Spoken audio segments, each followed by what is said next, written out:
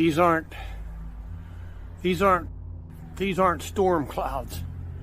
This is that they burn off in East Palestine. This is not storm clouds. Look at it. This is over Darlington.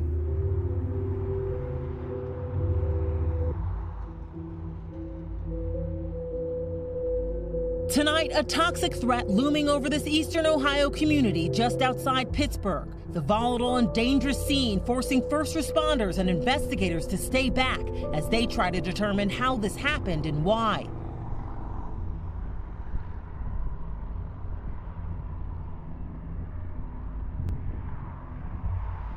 We have obtained 2 videos which show preliminary indications of mechanical issues on one of the rail car axles. NTSB investigators now say 20 train cars were carrying hazardous materials, 10 of which derailed, though they aren't sure which cars, if any, have been compromised.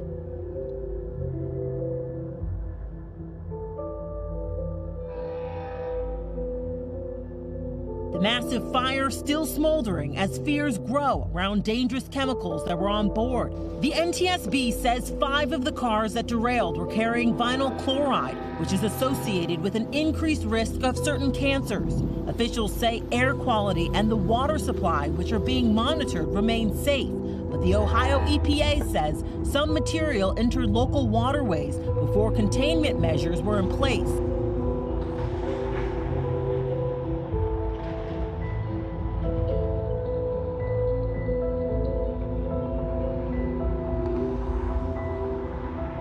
$25 million Americans live on an oil train blast zone. 25 million Americans. This is in the poorest parts of America, going from Conway, Illinois to Pennsylvania, cutting through Appalachia.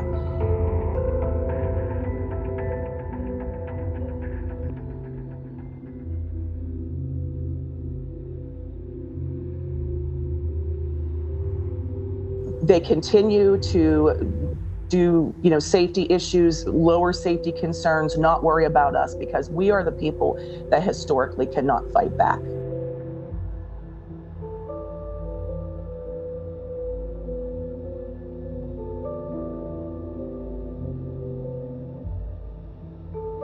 Tonight, a state of emergency is still in effect, forcing businesses and schools to remain closed. We're still not conducting any on-scene operations. It's still too volatile of an area.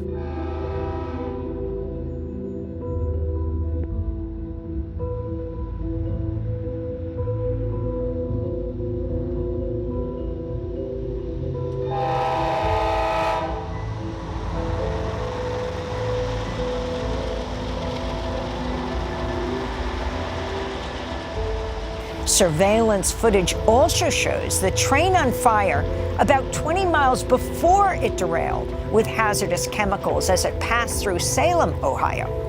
Officials lifted an evacuation order for residents Wednesday, saying the air and water are safe. Tonight, emergency crews desperately trying to get control of a potentially deadly situation with a controlled detonation. For 3 days, warning residents that burning wreckage of a freight train could explode, sending shrapnel and toxic fumes a mile in every direction over a rural Ohio community.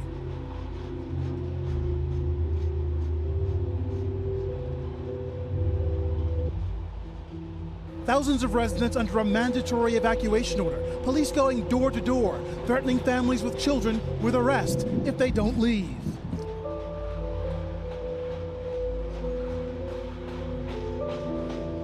Friday night, as many as 50 of the train's 150 cars derailed en route from Illinois to Pennsylvania.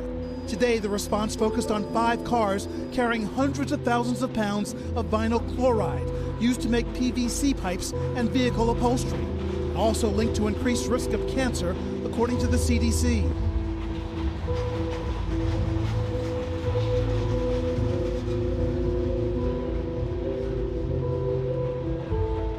This is a matter of life and death.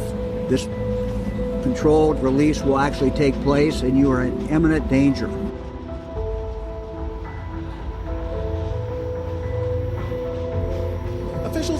warning residents to stay away as they use small explosives to blow holes in the train cars, hoping the hazardous material will seep into ditches where it can be burned safely away.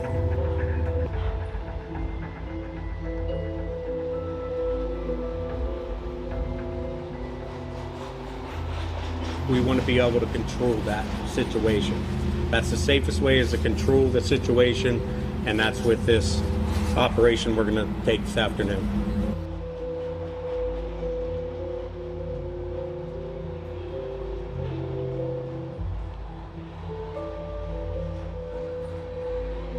We now know 3 more chemicals that were on board the Norfolk Southern train that derailed here in East Palestine just over a week ago.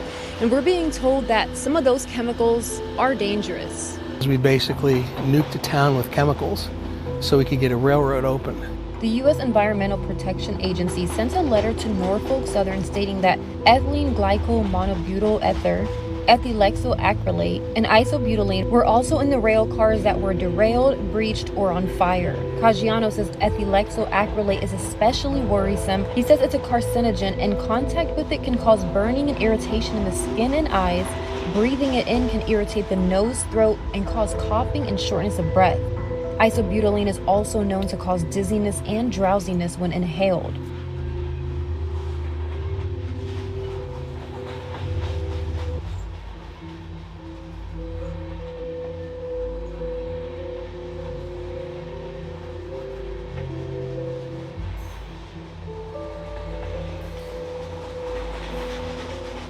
Caggiano says it's possible some of these chemicals could still be present in homes and on objects until you clean them thoroughly. So there's a lot of what ifs, and we're going to be looking at this thing 5, 10, 15, 20 years down the line and wondering, gee, cancer clusters could pop up, well water could go bad.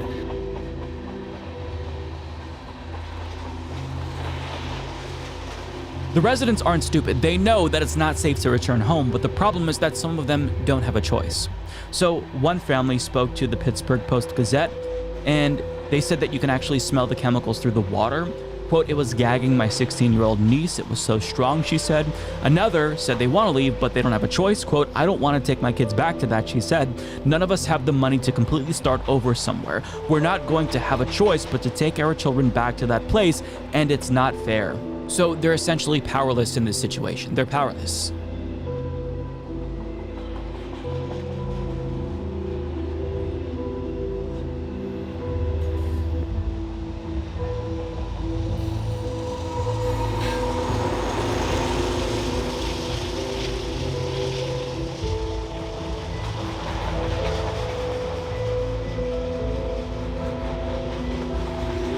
It was very loud, knocking on windows, knocking on doors, doing everything we could to get these people's attention if they were still inside.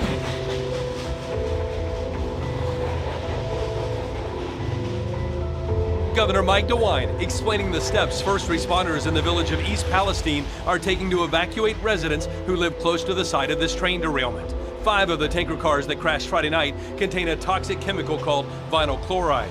The derailment led to massive fires this weekend where we saw plumes of thick, black smoke.